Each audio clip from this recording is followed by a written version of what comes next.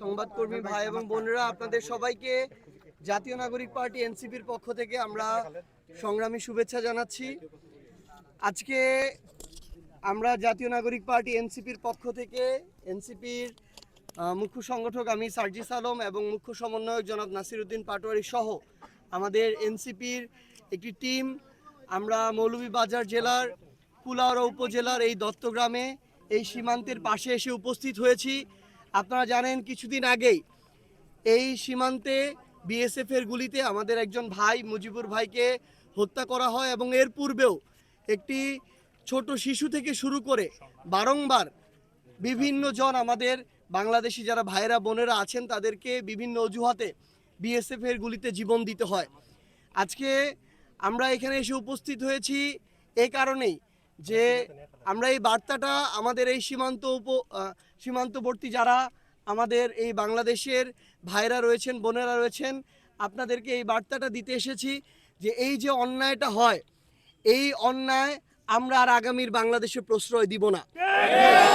এবং আপনারা যারা এই সীমান্তবর্তী অঞ্চলে বসবাস করেন আপনাদেরকে এক একজন বিজিবি হয়ে উঠতে হবে, আপনাদেরকে বাংলাদেশ রক্ষার এক একজন সৈনিক হয়ে উঠতে হবে।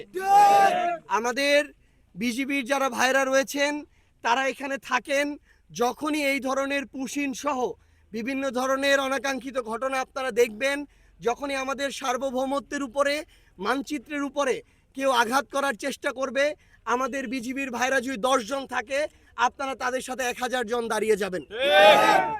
এবং আমরা স্পষ্ট করে ভারতকে বলতে চাই, ভারত আমাদের প্রতিবেশী রাষ্ট্র, কিন্তু তাদেরকে তাদের কথা এবং কাজের মধ্য দিয়ে প্রমাণ করতে হবে তারা আমাদের প্রতিবেশী রাষ্ট্র।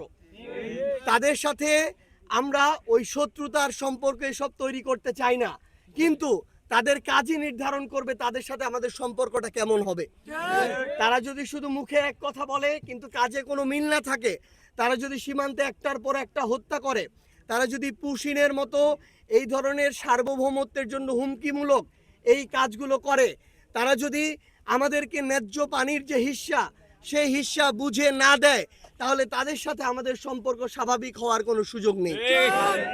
তারা এই 24-এর অভ্যুত্থানে যার নির্দেশে এই বাংলাদেশে হাজারের অধিক মানুষকে খুন করা হলো, যিনি মৃত্যুদণ্ডপ্রাপ্ত একজন আসামি, সেই শেখ হাসিনাকে ভারতে আশ্রয় দিয়ে বাংলাদেশের সাথে বাংলাদেশের মানুষের সাথে ভারতের সম্পর্ক স্বাভাবিক হওয়ার কোনো সুযোগ নেই। আমরা স্পষ্ট করে এই বার্তাটা দিতে চাই যে তারা ওই সীমান্তের দিকে কিংবা তারা তাদের জায়গায় ওই বাহিনীর দিক থেকে বলেন কিংবা তারা তাদের জায়গায় ওই ভূখণ্ডের দিক থেকে বলেন, এটা বেশি হতে পারে, কিন্তু তারা যেন ভুলে না যায় যে এই ভূখণ্ডের এক একজন মানুষ সময়ের প্রয়োজনে হাজার মানুষের চোখে চোখ রেখে কথা বলতে পারে। আমরা আহ্বান জানাবো আমাদের এই বিএনপি সরকারকে, আমরা কিন্তু সরকারের পক্ষ থেকে এই পুশিন নিয়ে সীমান্ত হত্যা নিয়ে আমরা ওই জোরে সোরে কোনো ধরনের প্রতিবাদ কিন্তু আমরা দেখতে পাচ্ছি না। আমরা বিএনপি সরকারকে বলতে চাই, আপনারা যদি জনগণের পক্ষে থাকেন, সার্বভৌমত্বের পক্ষে থাকেন, আপনারা চোখে চোখ রেখে কথা বলবেন, আপনারা ওইটুকু সমতার অধিকারের জন্য কথা বলবেন। আমরা শুধু বিরোধী দল নয়, পুরো বাংলাদেশের ছাত্র জনতা আপনাদের সাথে একসাথে থাকবে ইনশাআল্লাহ।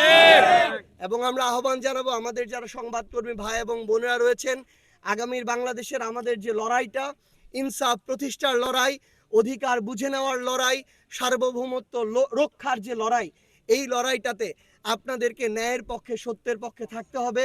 আমরা যদি একসাথে মিলে এই লড়াইটা লড়তে পারি, তাহলে আমাদের সার্বভৌমত্বে কেউ একটা স্পর্শ করা তো দূরের কথা, কেউ ওই ধরনের শোষণের দৃষ্টিতে আগামীতে আর তাকাতে পারবে না ইনশাআল্লাহ। ইনকিলাব ইনকিলাব জিন্দাবাদ জিন্দাবাদ জিন্দাবাদ জিন্দাবাদ ইনকিলাব ইনকিলাব ইনকিলাব ইনকিলাব জিন্দাবাদ জিন্দাবাদ। ভাই বল বল আতো সারা দলি বল বল না আপনি পিছে যান, আপনি পিছে যান ও বইতা। যে আসসালামু আলাইকুম প্রিয় সাংবাদিক ভাইরা, শাহজালালের পণ্যভূমি এবং ফুলতলি কিবলা সাহেবের এই সিলেট ভূমিতে আমরা এসেছি খুবই দুঃখ এবং ভারাক্রান্ত হৃদয় নিয়ে। মুজিব নামে 40 বছর বয়স্ক আমাদের এই বাংলাদেশি এক নাগরিক, যার কর্মসংস্থানের সুযোগ ছিল না, তার ফ্যামিলির জন্য মাছ ধরতে গিয়েছিল।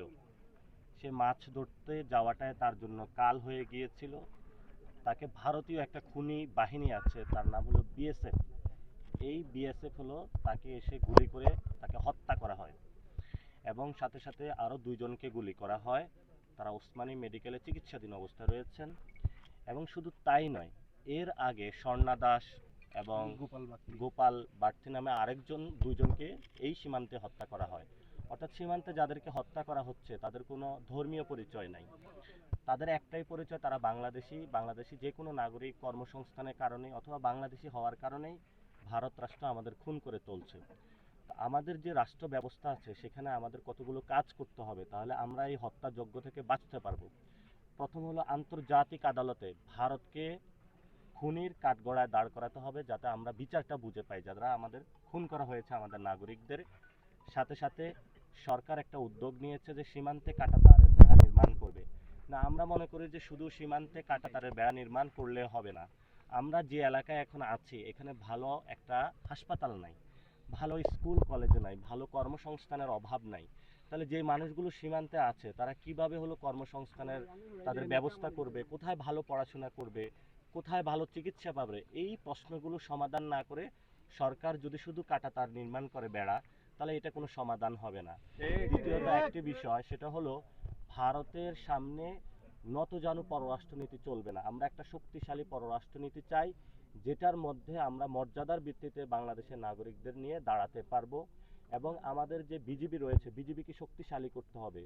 বিজিবিকে মডার্ন যে উইপেনগুলো বা অস্ত্রগুলো রয়েছে সেগুলো দিতে হবে, তাদের পেট্রোলিং কারের ব্যবস্থা করতে হবে, তাদের সেখানে পেট্রোলিং হাউস নির্মাণ করতে হবে, তাদের বেতন কাঠামো বাড়াতে হবে এবং তাদের প্রতি যে পিলখানার যে একটি নির্মম হত্যাযজ্ঞ হয়েছে সেটার বিচার করতে হবে। তাহলে সীমান্তে আমরা একটি শক্তিশালী বাহিনী পাবো। এবং সাথে সাথে বাংলাদেশের সকলকে আমরা আহ্বান জানাচ্ছি যে আপনারা সীমান্তবাসীর পক্ষে দাঁড়ান। সীমান্তে যদি কোনো পুশিন চলে সেখানে তা প্রতিহত করুন। আপনাদের যা যা আছে ঘরে সেগুলো নিয়ে আপনারা দাঁড়িয়ে যান।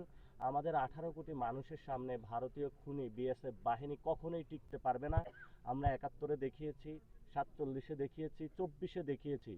যদি ত্রিবেদী মনে করে যে ভারত এবং বাংলাদেশের আকাশ সমান, এটা সমান নয়। ভারতের আকাশ হলো খুনি সাম্রাজ্যের আকাশ, আর বাংলাদেশের যে আকাশ আছে এটা হলো মজলুমদের আকাশ।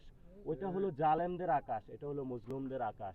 এখানে একটি বেড়া রয়েছে, এক পাশে জালেম আরেক পাশে মজলুম। আর উনি যেটা বলেছেন সেটা আমরা 47-এ সমাধান করেছি।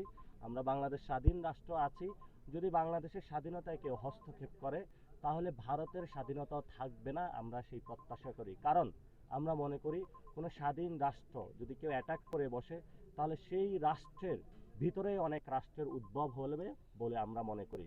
আপনারা দেখেছেন যে ভারতে অলরেডি বিভিন্ন রাজ্যে সেখানে তারা পাঞ্জাব, হরিয়ানা, কাশ্মীর বিভিন্ন জায়গায় আন্দোলন চলতেছে, 7 সিস্টার্স আন্দোলন চলতেছে। আমরা ভারতকে বলবো নিজেদের জায়গায় আপনারা ফোকাস করুন, বাংলাদেশি এই রাষ্ট্রের দিকে নজর দিবেন না।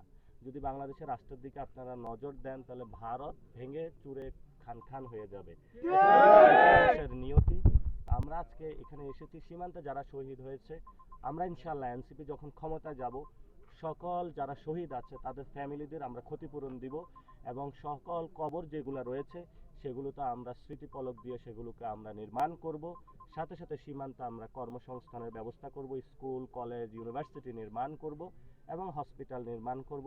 আমরা এনসিপি সীমান্তবাসীর সাথে আছি, ভয় নাই, রুখে দাঁড়ান ভারতীয় খুনি বাহিনী বিএসএফকে।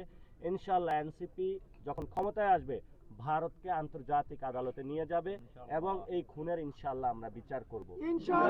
আপনারা সবাই গ্রামবাসী ঐক্যবদ্ধ থাকবেন ইনশাআল্লাহ। আপনাদের কোনো প্রশ্ন থাকলে করতে পারেন, নাহলে আমরা শেষ করি। আপনি আজকে আসছেন, কিন্তু গতকালকে কমলগঞ্জ সীমান্তে প্রায় 11 জনকে বিএসএফ পুষণ করেছে, এটা গতকালকের খবর। এবং আরেকটি খবর হচ্ছে চৈতালি রায়, এই সময় আলোচিত একজন মহিলা, যিনি আপনারা জানেন অ্যাডভোকেট হিসেবে চক্রবর্তী, তিনি যে বাংলাদেশকে নিয়ে কথা বলছেন এবং বাংলাদেশের মুসলিম বিদ্বেষী পদের এই বিষয়ে আপনাদের এটা ভারতের পার্লামেন্টে তারা পশ্চিমবঙ্গের যে পার্লামেন্ট তারা বলেছে প্রায় 10,000 লোককে পুষিন করেছে এবং এটা নিয়ে সরকার কোনো স্টেটমেন্ট দেয়নি। দ্বিতীয়ত উনি পার্লামেন্টে বলেছে 1800 লোক তারা স্টেশন করেছে বাংলাদেশে পাঠানোর জন্য। এবং ভোটার তালিকা যে বাদ দেওয়া হয়েছে, পশ্চিমবঙ্গে 30 লাখ লোক অপেক্ষমান আছে বাংলাদেশকে কুশিন করানোর জন্য। আমরা সরকারের যথাযথ পদক্ষেপ দেখছি না। শুধু সরকার নয়, অন্যান্য যে রাজনৈতিক দল আছে তারাও এই বিষয়ে কথা বলছে না। এবং পার্লামেন্টে একটা নোটিশ দেওয়া হয়েছে, সরকারি দলের অযাচিত হস্তক্ষেপের কারণে সেই নোটিশ নিয়ে আলোচনা হয় না। অর্থাৎ সীমান্তে যে পুশিন, হত্যাকাণ্ড, বাংলাদেশের সার্বভৌমত্বের প্রশ্নে পার্লামেন্টে আলোচনা হয় না। যে